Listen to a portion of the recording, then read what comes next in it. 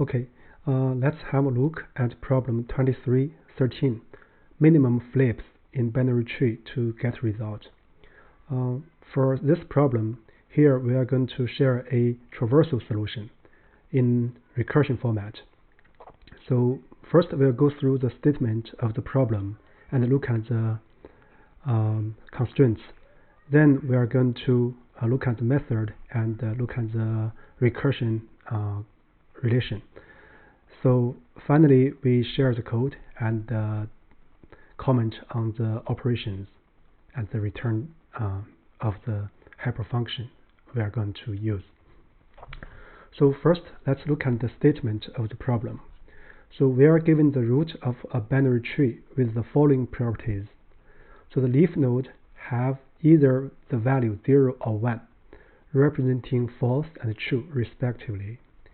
And the non-leaf nodes have either the value 2, 3, 4, or 5, representing the Boolean operations on all and exclusive all and not respectively.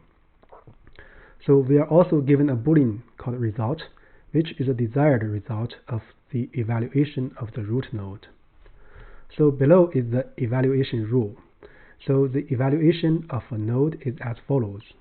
If a node is a leaf node, the evaluation is the value of the node, in other words, true or false. Otherwise, so we evaluate the node's children and apply the Boolean operation of its value with the children's evaluations. So the second part actually is nothing but recursion. So actually, due to this evaluation rules, we will think that actually the recursion helps, especially in the context of binary tree. Right?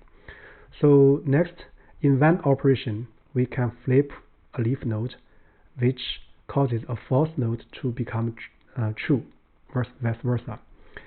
So the problem requires to return the minimum number of operations that needed to be performed such that the evaluation of root yields result.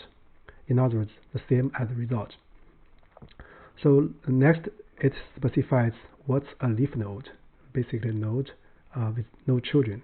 And in this problem, as long as the value of a node equals 0 or 1, it's a leaf node by assumption.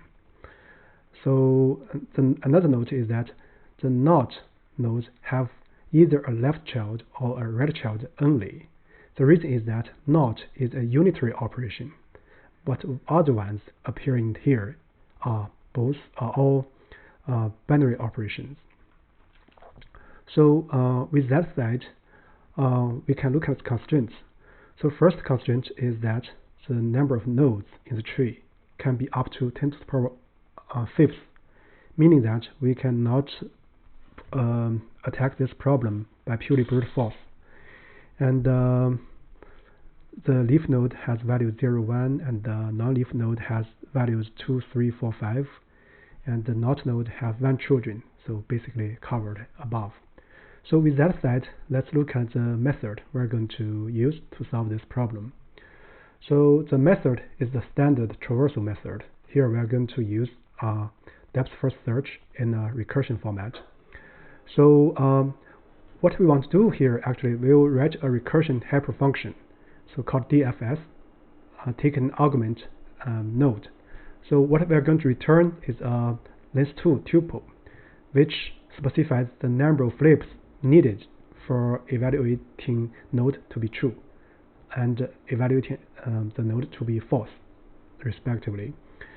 So so when we use the recursion, so the key step is how do we do the recursive call, right? Actually, the evaluation rule hints us on this. So first, the item 1 in the evaluation rule is nothing but the base case.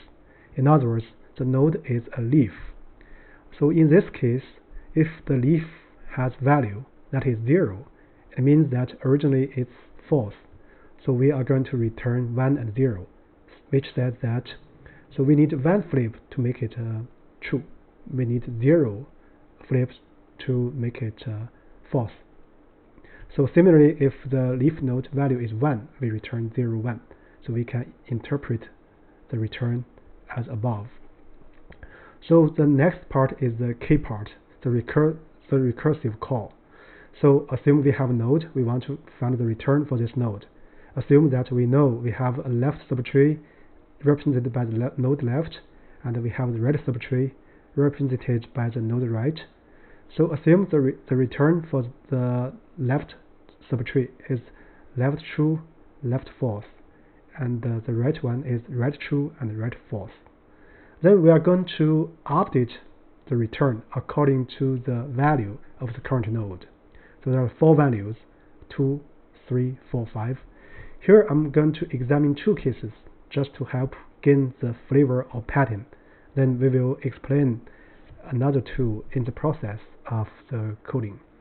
So if the node value is 2, means that we are looking at all. So this actually is a routine to analyze.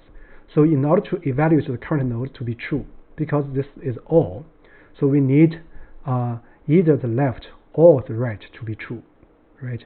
So we are going to take the minimum. The reason is the left true is the flips needed to make the left to be true, and the right true is the minimal flips needed to make the right to be true.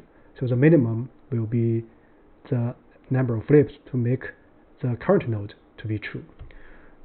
In order to evaluate the node to be false, we need both left and right to be false. Therefore, the number of flips needed to evaluate the current node to be false is left false plus right false. So this results in such a return right here. So now let's look at a more complex one, that is the exclusive OR. So in other words, when the node value equals 4. So in order to evaluate node to be true, in this case, we need left and right to have the following true patterns. So we need them to be different in order to evaluate to be true. So either true, false, or false and true. So in order to make the left to be true, we need this number of operations, and in order to make the right to be false, we need RF flips. Similarly, we need LF left false operations to make the left false, and the right true to make the right side to be true. So the overall result is the minimum of these 2 cases, 2 possibilities. So this is for evaluate to be true. So in order to evaluate node to be false, we need left and right to be the same. In other words, both false or both true. So if we want them to be both false, so we need this number of flips, left false plus right false. So if we need both of the left and right to be true, we need left true plus right true a number of flips. So the overall result will be the minimum of these 2 possibilities. So the return will be this one plus this one. So we are writing here just for clarity. So with these 2 cases examined, so we are going to look at the code. So before we look at the code, so here is a small challenge. For the case when value equals and not, can we specify the return tuple? So now let's look at the code. First, I'm going to write a depth first hyperfunction. So this function, so basically, let me specify again, set basically return the flips needed to evaluate the argument node to be true and false respectively. So let's do it. So let's write it as the DFS. So we take node as argument. Then first we're going to look at the base cases, so which corresponding to the first item in the evaluation, right? So if node is a leaf, so it has values either 0 or 1. So in the case 0, we are going to return 1 and 0. We need 1 flip to make it true. So if node value equals 1, we're going to return 0 and 1. We need one flip to make it false. So this is the base case. So now we are going to do the recursion call. So for the recursion call, we will look at the second atom in the evaluation. So so here we want to notice that it's not the case, always the case that for the node we have both left and right child. So if a child is not existing, we're going to set their return tuples to be infinity values. The reason is that below we're going to take minimum operations in all these cases, like add, or exclusive, or, and not. So so now let's look at check the node left. So if it has left child, what we want to do is we want to define left true and left false, which is basically a recursive call, and apply to node left. So otherwise, if it does not exist, we're going to set left true and left false to be big numbers. As long as it's large enough, let's make it infinity, right, to make it safe.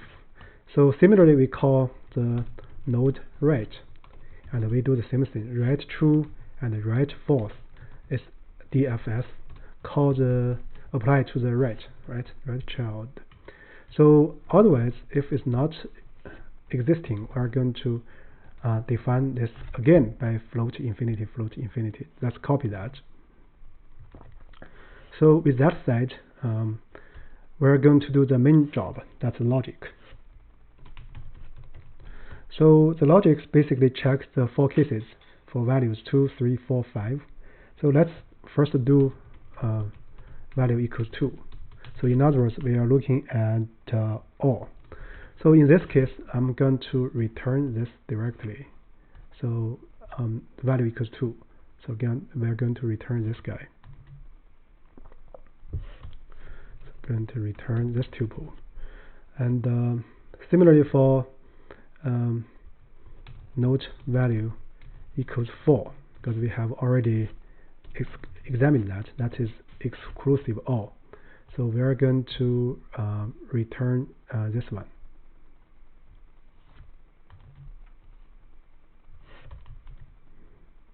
Just not forgot the return. So now we are going to treat another 2 cases. If node value equals 3. 3 means add in this context. So basically in this case, in order to evaluate the current node to be true, we need both the left and the right to be true, right? So in this case, we need to return left true plus right true. So in order to make it false, we need one of them to be false.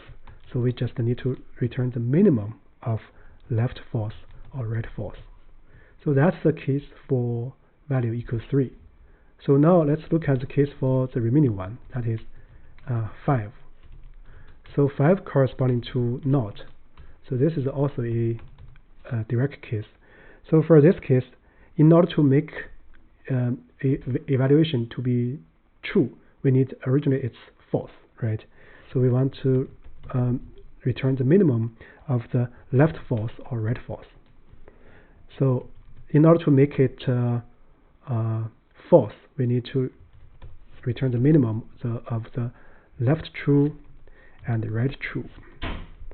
So that's about the recursion call and the DFS function. So up to now, we are basically ready to return. So step 2, return the result according to the result variable given. So we are going to return, let's first call this function. Let's call this DFS root.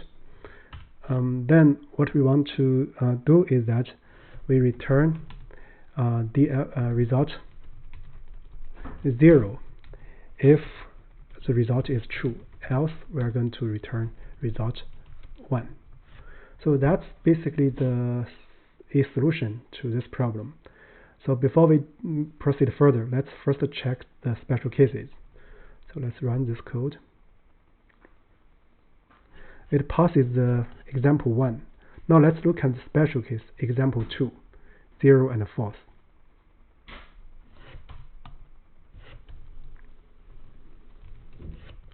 So it passes this one. Let's check the generic case. Yeah, it passes the generic case. So that's about a solution. Now let me overview the procedure. So the main point is that we define the recursive function to do the job. And in the recursive function, the base case and the recursion call actually correspond exactly the evaluation. So that's basically about it. And I guess that's it. Thank you very much.